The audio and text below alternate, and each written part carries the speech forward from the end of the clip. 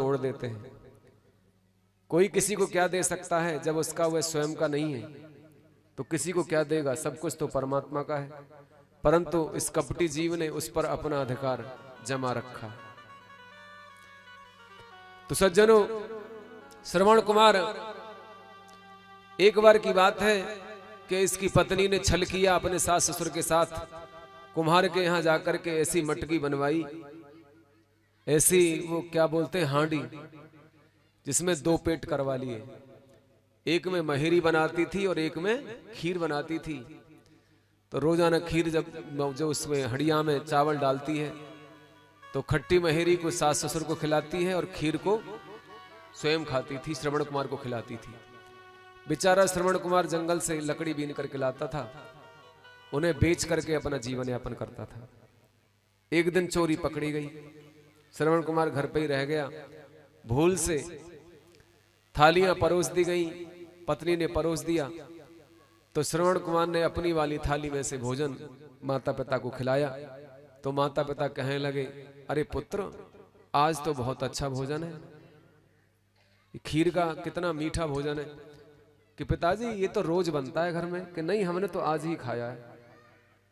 तो पुत्र को बड़ी गिलानी हुई, तत्काल उसने अपनी पत्नी का त्याग कर दिया और माता पिता को लेकर तीर्थों में निकल पड़ा। सज्जनों, सब अपना अपना ऋण लेने के लिए आते हैं। पत्नी भी श्रवण कुमार से, सास ससुर से बदला ले रही थी। ये पूर्व जन्म की एक विहंग थी, माने एक चील थी। पूर्व जन्म में एक चील थी और कछुआ जो था, ये श्रवण कुमार कछुआ था पूर्व जन्म में। एक सरोवर में कछुआ बन के पड़ा हुआ था। जब सरोवर का जल सूख जाता है तो ये कछुआ मिट्टी में घुस जाते हैं, कीचड़ में, और जैसी बरसात होती है सब बाहर निकल के आ जाते हैं पानी में। कीचड़ सूख गया था तो कछुआ इसमें फंसा हुआ था, थोड़ा मुख ऊपर को निकला हुआ था और दोनों आंखें दिखाई दे रही थी,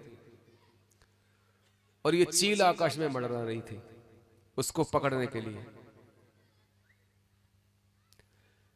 चील ने अवसर पा करके उस पे झपट्टा मारा।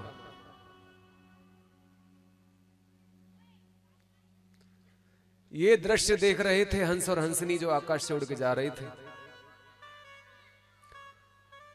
उन दोनों ने क्या काम किया कि एक लकड़ी कहीं से लाए, पैरों में उसे पकड़ लिया दोनों ने और कछुआ के मुंह में दे दिया। कछुआ ने वो लकड़ी पकड़ ली और आकाश को लेकर के उड़ गए उसे। चील ने प्रतिज्ञा की कि मैं तुम दोनों से इसका बदला अवश्य लूंगी। इस जन्म में नहीं ले पाई, अगले जन्म में लूंगी। कर्म प्रारब्ध के अनुसार वह कछुआ उस लकड़ी को पकड़ करके उड़ रहा है। हंस और हंसनी कहते हुए जा रहे थे कछुआ से कि तुम लकड़ी को मत छोड़ देना, हम तुम्हें समुद्र में जाके डाल देंगे। परंतु विधि का विधान बदला नहीं जा सकता। रास्ते में एक जंगल में आग लग रही थी, तो अग्नि भरे जंगल से जैसे ही वो लोग गुजरे, तभी कछुआ ने ये सोचा कि मैं इनको बता दूं थोड़ा ऊंचे उड़ जाएं, कहीं इन्हें कोई हानि न हो जाए, क्योंकि इनके पास पंख हैं, पंख न जल जाएं।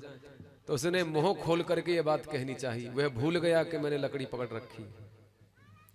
विधि का विधान ऐसा था कि मुंह से लकड़ी छूट गई और वह अग्नि में गिर पड़ा और उसकी मृत्यु हो गई।